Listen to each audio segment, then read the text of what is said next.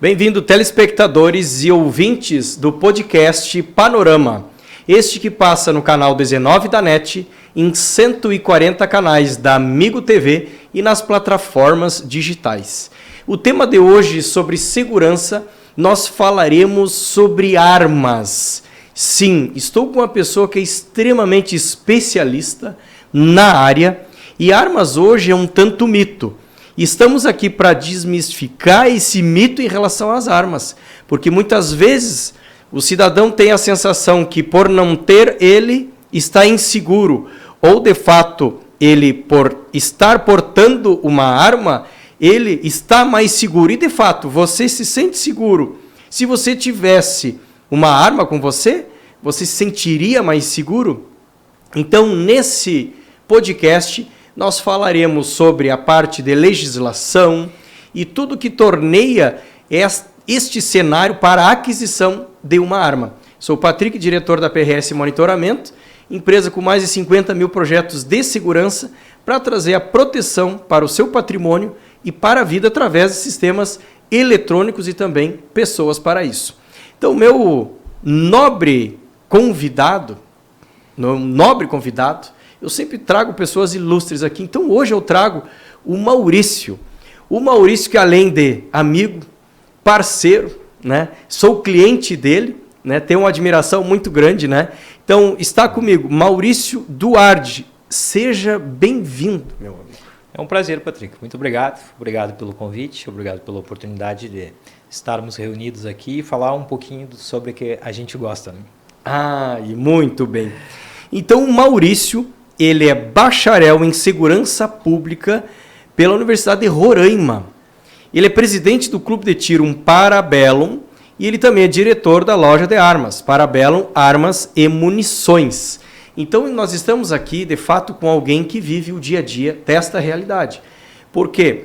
Porque para nós conversarmos sobre esse tema, nós temos que ter realmente pessoas que tenham experiência, e o Maurício tem uma larga experiência aí em relação desde a aquisição e da parte da legislação, que para ele poder estar dentro deste meio, né, ele tem que ter um conhecimento muito grande. Então vamos lá, o pessoal está curioso para o início do nosso tema, e eu vou iniciar aqui, Maurício, pela uma primeira questão. Quais são os requisitos necessários para a aquisição de arma de fogo para um cidadão civil, aquele que quer se proteger ou aquele que julga ter a necessidade do uso de uma arma de fogo? Certo. O primeiro passo, Patrick, para o cidadão pleitear a aquisição de uma arma de fogo de uso permitido, hoje, junto à Polícia Federal, os requisitos são ele ter mais de 25 anos de idade, estar trabalhando, né, apresentar um comprovante de ocupação lícita, apresentar um comprovante de residência, que possui residência fixa, as certidões negativas da Justiça Estadual e Justiça Federal na parte de crime, as certidões negativas da Justiça Eleitoral e Justiça Militar. Então, parte-se do princípio que já é um cidadão idôneo, né, porque apresentou todas as certidões necessárias.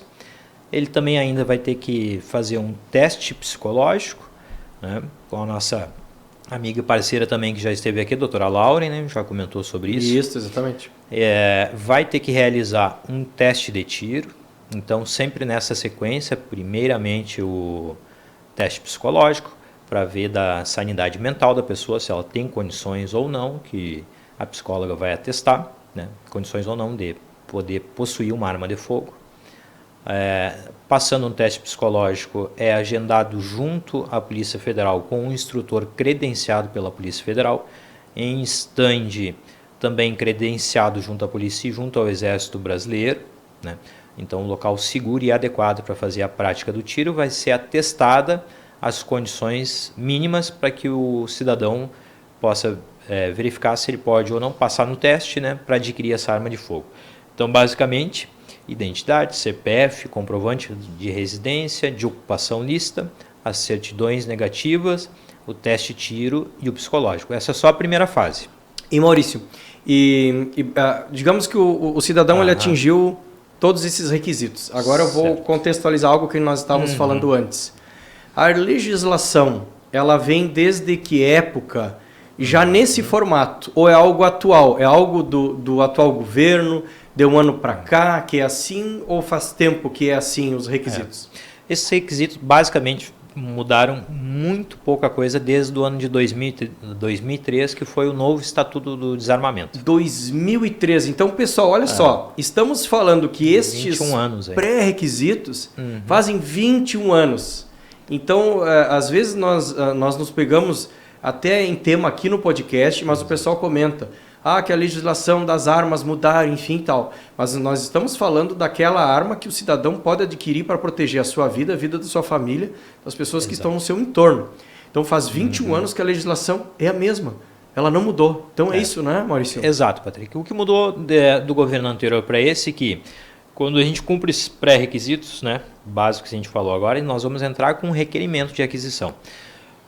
Ainda o cidadão não está autorizado a adquirir a arma. Quem vai decidir isso é a autoridade competente, que é o delegado da Polícia Federal. E para isso, complementando ao requerimento, vai uma declaração de efetiva necessidade, né? Uma comprovação de efetiva necessidade. Então, ela tem que ser muito embasada e a autoridade vai, em cima disso, decidir se o cidadão pode ou não adquirir essa arma para posse, né? Lembrando também que é bem interessante que a posse de arma ela não se resume fisicamente só ao local da sua residência. O cidadão também pode adquirir uma arma de fogo desde que tenha uma empresa que esteja no seu nome para ter essa arma no seu local de trabalho. Então teria que ter duas, no caso de quem é a posse. Só antes vamos contextualizar aqui, Maurício, com o pessoal. Sim. Posse e porte. Eu vou falar de forma bem informal, como seria, depois eu deixo para te contextualizar melhor. Né? Mas eu adquiro uma arma, aí eu tenho que ter eu passo, se eu conseguir passar nos todos os requisitos para adquirir uma arma, que tem mais essa, o cidadão pode chegar lá e comprar uma arma, querer comprar uma arma, e não conseguir ter nem a posse, correto? Isso é possível? É bem possível, né? O delegado, se ele julgar que o cidadão não comprovou a efetiva necessidade para ter essa arma, ele vai indeferir o processo e o cidadão não vai conseguir adquirir. Então, muito diferente do que se fala, que ficou muito fácil, eu quero chegar numa loja e comprar uma arma, né? Não, é difícil, você passa por um processo criterioso, né, bastante controlado e não é algo fácil de se ter assim, né? Não é só chegar no balcão da loja, me dar uma arma e sair e levar embora. Né? Então o cidadão que chega para comprar uma arma, ele chega e ele não paga a arma de início. Ele entra, vai lá no Maurício e ele faz uma requisição. Eu tenho desejo, né, a partir da tua mentoria, né? Eu tenho desejo de adquirir tal arma. Aí tu entra com uma documentação junto à Polícia Federal, somado todos os requisitos, né? Exato. E aí, se o delegado autorizar a ele ter a arma, aí ele é liberado para poder adquirir a arma. Para adquirir, aí vai ter a segunda fase, que é a fase de registro. Concluir o registro da arma de fogo, aí sim vai sair uma guia de transporte para ele levar a arma naquele dia, para ele sair da loja para a sua residência. Ótimo. E ponto final. Ótimo. Né?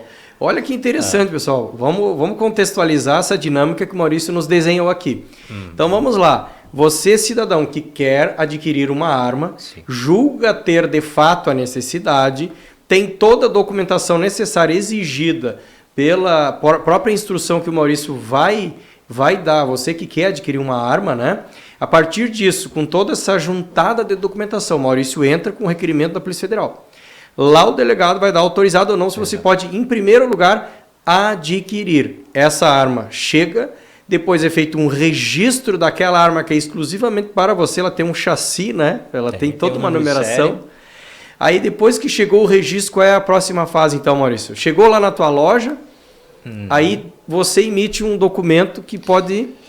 A Polícia Federal expede um documento que é o registro, né, o certificado de registro de arma de fogo, e junto dele vai ser expedida uma guia onde o cidadão vai poder levar, né, e o nosso cliente vai poder levar aquela arma da loja para sua residência. Olha só. E aí, na teoria, nós aí finalizamos a primeira etapa aqui da nossa conversação, que era em relação à posse. Exato. Esse cidadão, ele acaba de ter a posse, não é porte ainda, tá? Tem um detalhe bastante interessante, Patrick, muita gente que tem arma até não sabe, que hoje, inclusive, melhorou nesse aspecto, né? Já foi de forma diferente. O cidadão hoje ele pode expedir uma guia a cada 30 dias, então se ele expedir no dia 1º de janeiro do ano, ele vai ter direito a 12 guias, né? E essa guia ela pode ser feita para treinamento, ou seja, o cidadão tem direito e oportunidade de treinar 12 vezes ao ano. É bastante, né? Bastante, o suficiente. Entretanto, essa guia dá direito somente para o transporte naquele dia específico para um clube de tiro e com a arma desmuniciada. Ah, sim, ela não pode estar tipo na cintura, pronto para uso. De forma alguma, né? Interessante. Desmuniciada, na caixinha, na maleta da arma ali, acondicionada, de forma que ele vai transportar até o clube de tiro, vai efetuar o treinamento e vai retornar para a sua residência. Ótimo. E antigamente não era assim, não era 12 vezes? Não, já chegou a época de ser 2 vezes ao ano. Eu recordo dessa época. Então, recordo dessa época. Tá bem suficiente aí. E é importante, né, pessoal, obedecer a legislação, porque de fato, quando você adquire uma arma e você recebe a arma, né? E lá você tem um documento para transportar esta arma até a sua casa, isso não significa que depois... E outra, já a Polícia Federal está ciente de onde é a residência, né? E aonde essa arma tem que ir. Então, se você foi viajar, foi para cá, estou indo para casa, mas tu estava, digamos, em Santa Maria, né? E tu mora em Santa Maria e tu tá lá com uma guia de trânsito lá em Porto Alegre, um exemplo, automaticamente tu já está no desvio de rota, já está errado, né, Maurício? Já configura o crime de porte legal de arma de fogo. Olha só, já vamos chegar nessa parte vamos lá. dos crimes, né, em relação a isso, né? E agora vamos lá. Então, digamos, cidadão que se julgou na possibilidade de ter uma arma, então ele passa a ter inicialmente a posse. A posse de arma. Agora, Maurício, a gente vê muitas vezes, né, pessoas que têm quantidade de armas, né? Hoje, qual é o quantitativo de armas e calibres também permitidos, né, para o cidadão hoje de bem aí que quer adquirir uma arma, né, para proteger o seu patrimônio, sua vida, né, da sua família? Sim. Hoje são 2 armas, Patrick. 2 armas de fogo. 2? Apenas 2 armas de fogo, tá? De calibre permitido. Dentre todos os calibres permitidos, mais comuns, vamos falar aqui, os mais conhecidos, a gente pode ir de armas curtas, né? O revólver 38, a pistola 380, o novo calibre da Taurus agora, o 38 TPC. Dos calibres de arma longa, a espingarda calibre 12, 20... são os mais usuais, né? O calibre Maurício, 22. Vamos falar, vamos iniciar pelo básico. Cidadão que está nos ouvindo, certo. Então aí, então tu fala primeiro num revólver. Um revólver. Calibre 38. 38. Basicamente hoje o que tem no mercado. É o tradicional, né? Tradicional, Eu digo, por que é o tradicional? O tradicional que eu vi lá, meu pai, militar, já aposentado, enfim, meu finado vô, eram armas tradicionais que utilizavam. Sim. Aí depois nós temos um outro nível, que eu digo por quantidade de munição, já vou me intrometer no teu conhecimento, né? Claro. Que seria a pistola. Pistola. Então tu fala em 380. Qual é a diferença de uma 380 e uma 9mm? Que a 9mm eu acho que é um calibre não permitido, correto? O calibre 9mm hoje ficou restrito, né? Tá. Então já foi permitido, era restrito, foi permitido e agora voltou a ser restrito desde que entrou esse governo atual.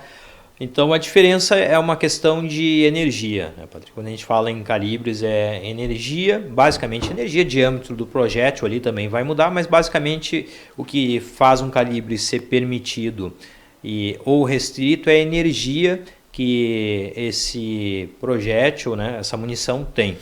né? Então, é o que vai diferenciar basicamente. Então, a 9mm, de Hoje, fato... é considerada restrita. E é uma arma que tem... se tu vai alçar um tiro com ela, ela tem um poder de fogo de impacto maior, é isso? É um pouco maior. Tá? Não é também absurdamente maior, né? Comparado com os calibres que a gente tem, o próprio 38 TPC hoje. Mas foi mais uma questão... de legislação do que de fato uma arma é super poderosa e a outra não. Entendi. Uma mata mais e uma mata menos no sentido literal, né? Não é assim que funciona. Tá. Determinaram por um motivo, né? Que até aqui é permitido e daqui para frente é restrito, mas é questão de energia. E tu falaste, então, aqui a gente está falando de armas menores, tá? Armas que é um 38, uma pistola. Só que ao longo da tua contextualização, tu fala sobre armas longas, pelo que eu entendi, correto? Longas também, então, né? o cidadão pode ter 2 armas. 2 armas, Tá. Até 2 armas, né? Essa... significa que a autoridade vai autorizar 2 armas, né? Sim, mais essa. Mais essa. Pode parar numa arma ali. O delegado vai entender que muitas das vezes é suficiente uma arma para defesa. Perfeito. E talvez não autorize a segunda. Entendi. Né? Uma boa justificativa pode até autorizar, como de fato o exemplo tu disse ali de ter uma arma na residência, né? E uma arma no seu local de trabalho. Perfeito. Isso ainda estamos falando só no registro, só na posse. Só na posse. Não estamos falando no porte. Por que isso, pessoal? Porque se o delegado julgar que você tem a necessidade de portar uma arma na sua casa, ter posse da arma, na sua casa, para proteger a sua casa, chega lá no delegado e diz assim, eu quero proteger a minha casa. Aí você pode ter uma arma em casa, né? Sim. Não estamos falando no trânsito, no caminho até chegar lá. Eu preciso proteger lá no meu trabalho, se justificar para o delegado. É o que eu entendo olhando de forma externa. Que você tem um outro local para ser protegido, é o trabalho. Na teoria, ao invés do porte, dali a pouco tem que ter uma posse de 2 armas. De 2 armas, uma na residência e uma no local do trabalho. Exatamente, e não o porte em si, que nós já vamos entrar nessa questão do porte. Tá, e daí as armas longas, tu falaste que o cidadão pode ter uma arma longa. Pode ter uma arma longa. Patrick, pode ser uma carabina, né, mais comumente, né, utilizada, pode ser uma espingarda. Entretanto, hoje na legislação atual, que é uma das mudanças que ocorreu, é que a arma longa ela não pode ser de funcionamento semiautomático, né? Consegue explicar para nós o que seria um funcionamento semiautomático? Semiautomático, que ela a arma vai funcionar por ação dos gases e não precisa da ação do atirador ali para fazer a arma funcionar, né? Ou seja, o revólver toda vez eu tenho que acionar o gatilho, ele vai girar o tambor, então eu preciso de uma ação muscular e toda vez eu faço aquela ação para que ele funcione novamente. Tá. A arma, por exemplo, a pistola é de funcionamento semiautomático, né? Mesmo sistema. Não, diferente do revólver semiautomático, ela vai funcionar, eu vou colocar a munição carregar, munição alimentar carregar, munição na câmera. Efetuei disparo e a ciclagem vai ser feita semiautomática sozinho, não requer ação do usuário, do atirador. Entendi. Né? Agora, já para a arma longa, esse funcionamento semiautomático é considerado de uso restrito.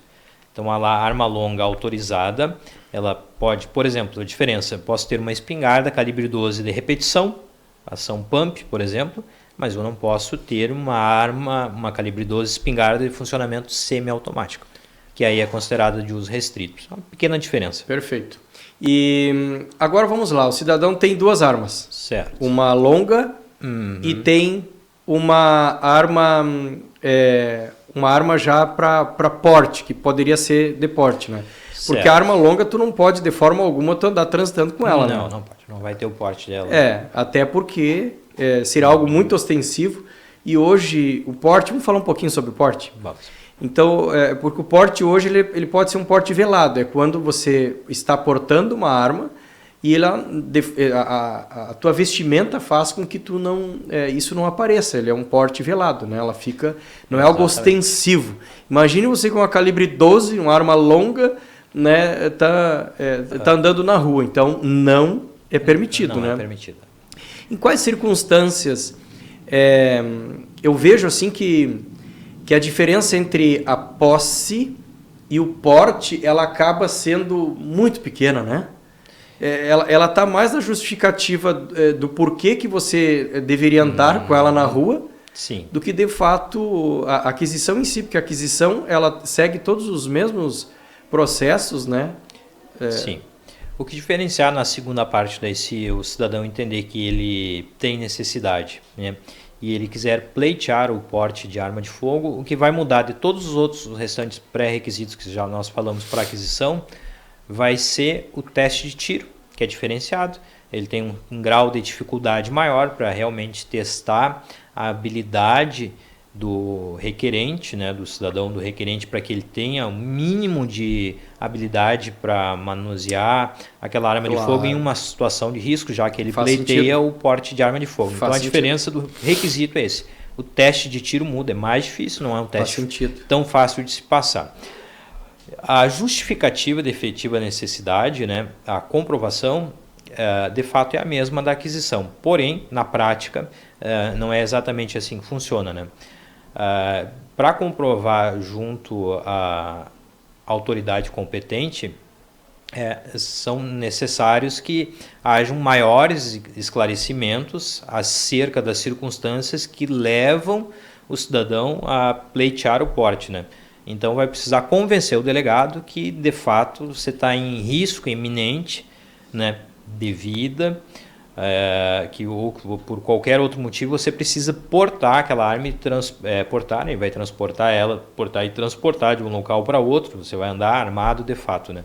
Então é bem mais restritivo, é bem mais difícil de se ter um porte hoje. Entendi. Então para aquisição se faz um requerimento para o delegado e se dá uma justificativa, ou não precisa dar justificativa? Sim, tem que comprovar a efetiva necessidade, tanto para a posse como para o porte. Para o porte. Só que olha só que interessante que o Maurício fala, pessoal.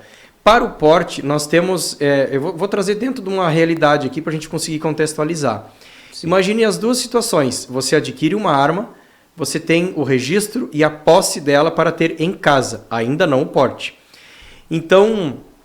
O que eu sempre convido as pessoas, são 50 mil projetos que a gente tem de segurança. As pessoas, muitas vezes eu vejo o cidadão na tendência de se proteger, ele diz, não, eu tenho arma e qualquer coisa eu vou fazer ali valer, né, o uso da ferramenta que eu tenho. A arma é uma ferramenta, né, para que uma ação maliciosa seja um dano ao patrimônio, ou uma tentativa à vida, né?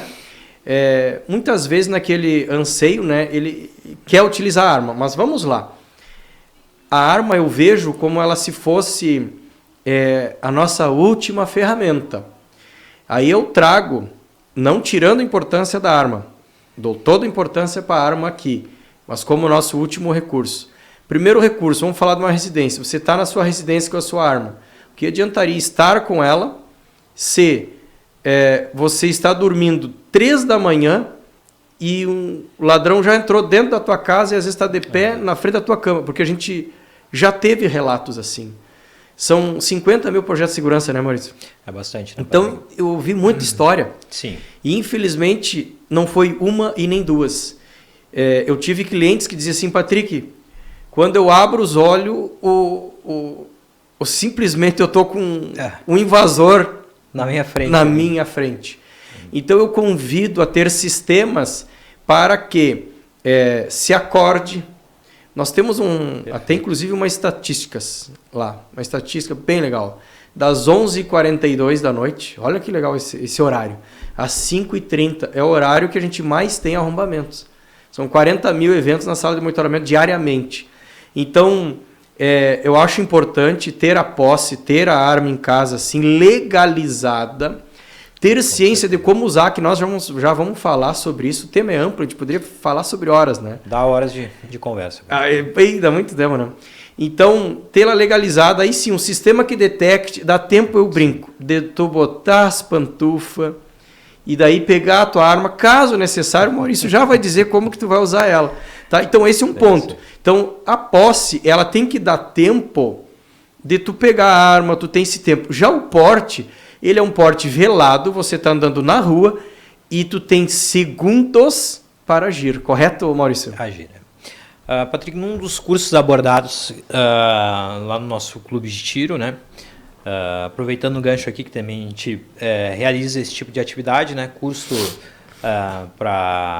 de defesa pessoal, defesa patrimonial, ensinar a usar essa ferramenta, essa arma que a gente está tratando aqui, né? Então é bastante importante saber a diferença entre agir e reagir, e isso é abordado com bastante frequência lá, porque quando a gente fala em reagir, ou seja, eu já fui surpreendido.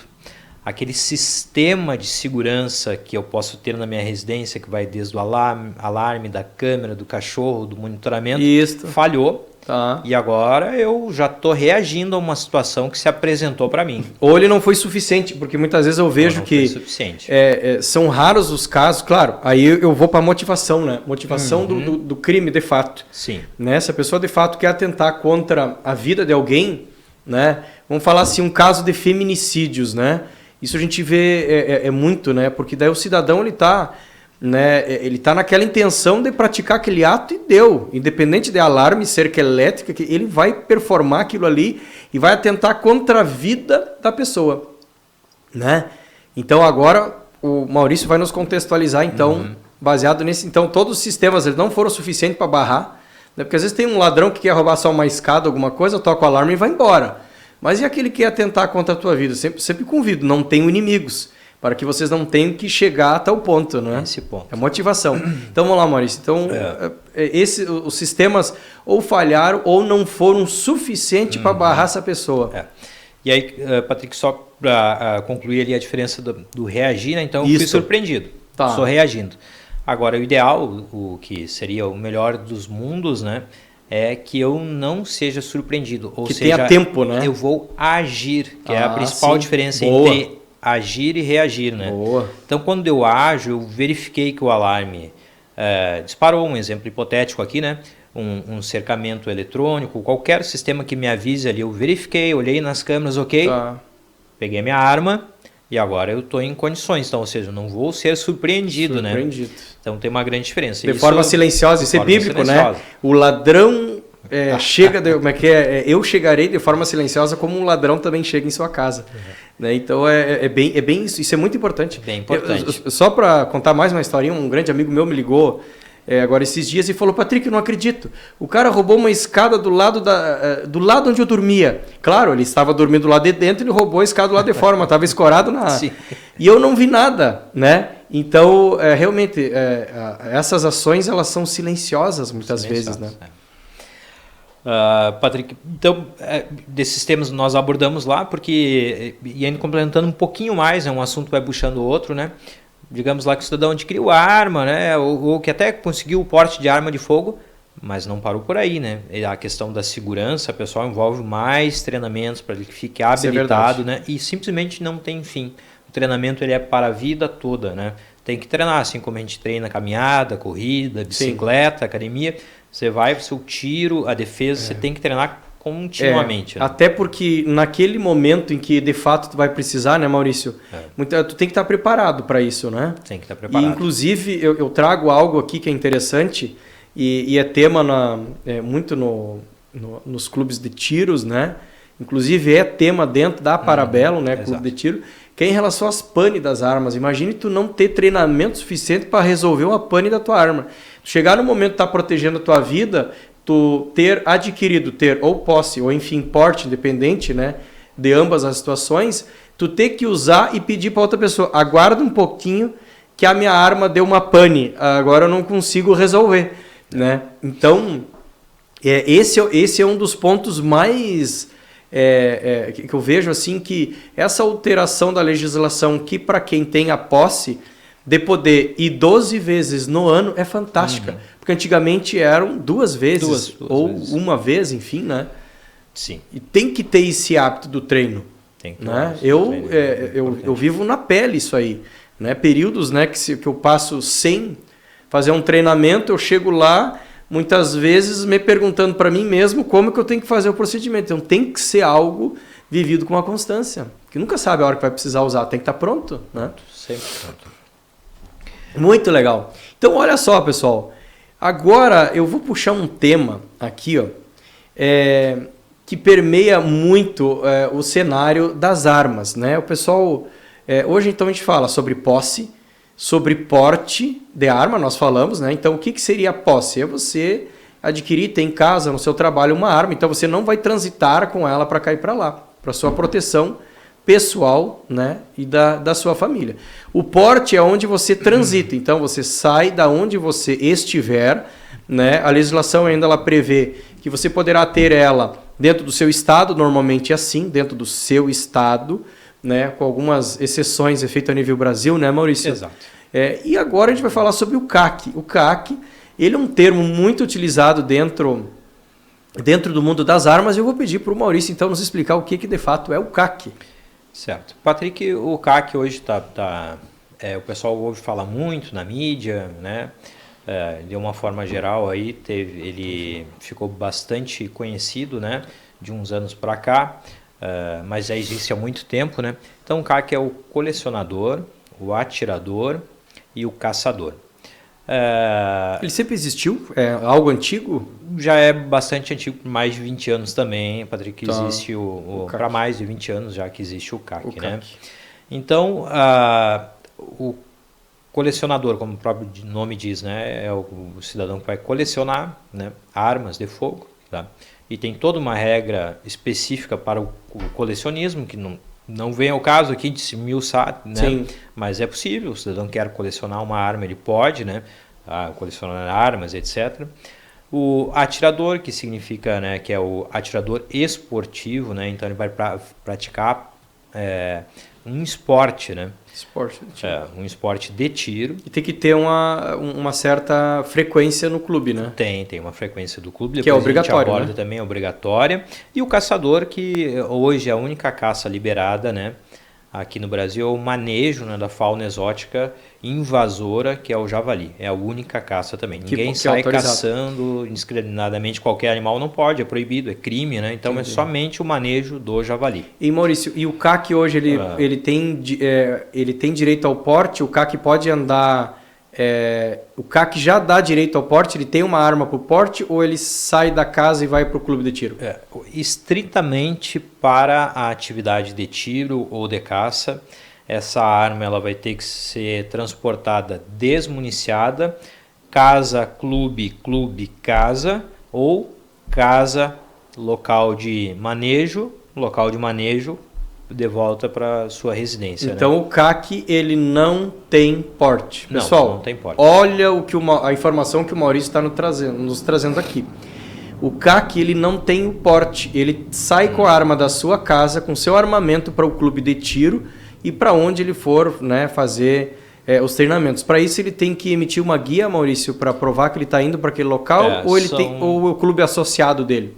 São guias de tráfegos, né, que a gente vai ter para o atirador esportivo ir frequentar os clubes que ele quiser em todo o Brasil. Entretanto, é uma guia hoje, atualmente é uma guia para cada clube e ou competição que ele vá. Mas o CAC pode também ter porte. Então alguém pode ter porte e ser CAC ao mesmo tempo.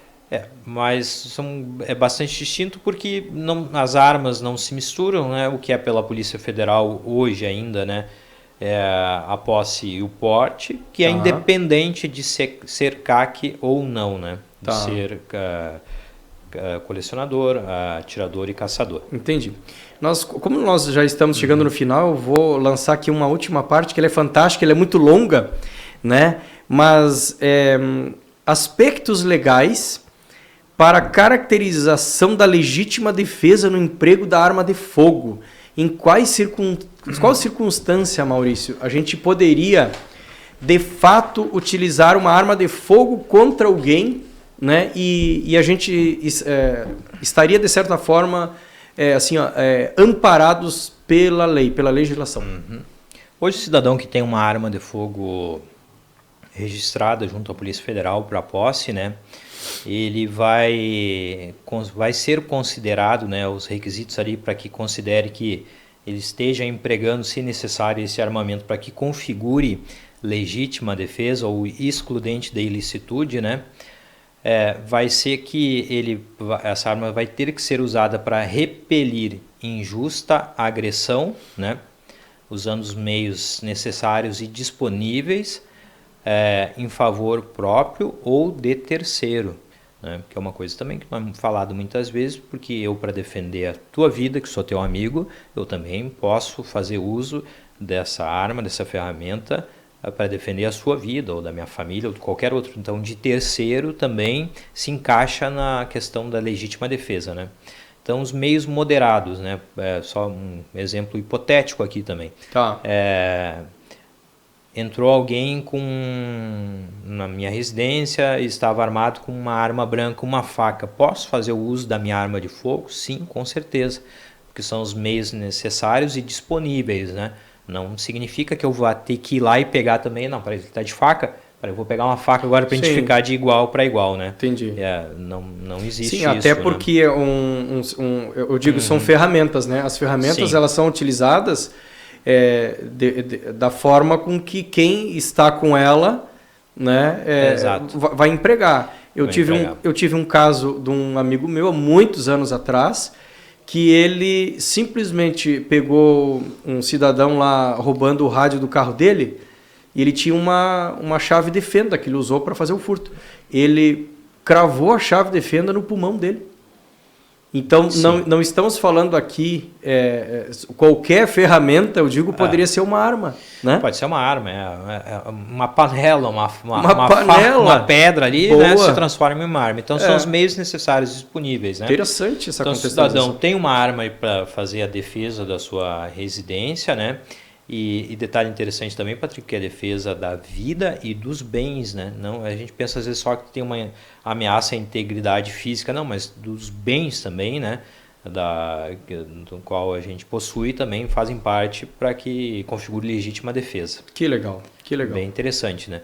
E isso aí é sempre complementado com palestra, com curso e com as atividades que quem frequenta clube, loja de tiro vai pegando com o tempo, vai aprendendo também nesse convívio com as pessoas de bem que buscam estar sempre preparadas, né, para uma situação de risco que a gente não quer enfrentar, mas que a gente busca estar sempre em condições ali de se defender.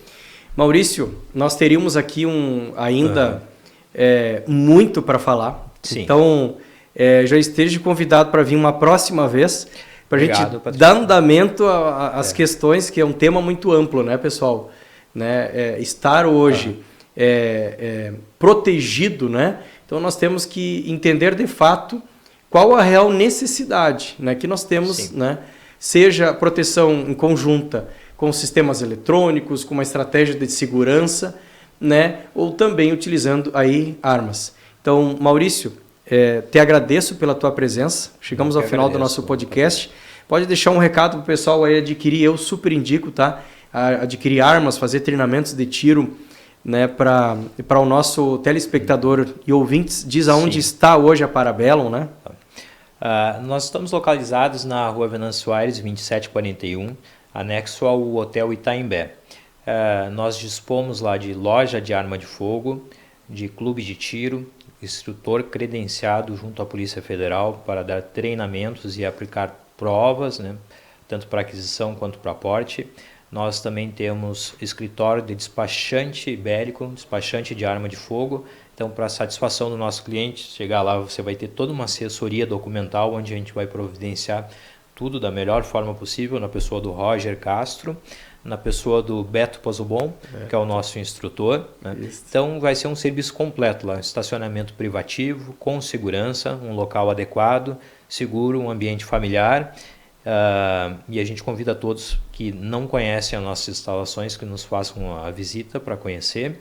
E lembrando também, Patrick, bem importante, a gente vem anunciando há tempo que todos os integrantes dos órgãos de segurança pública são bem-vindos no nosso clube e loja, e que a gente tem uma promoção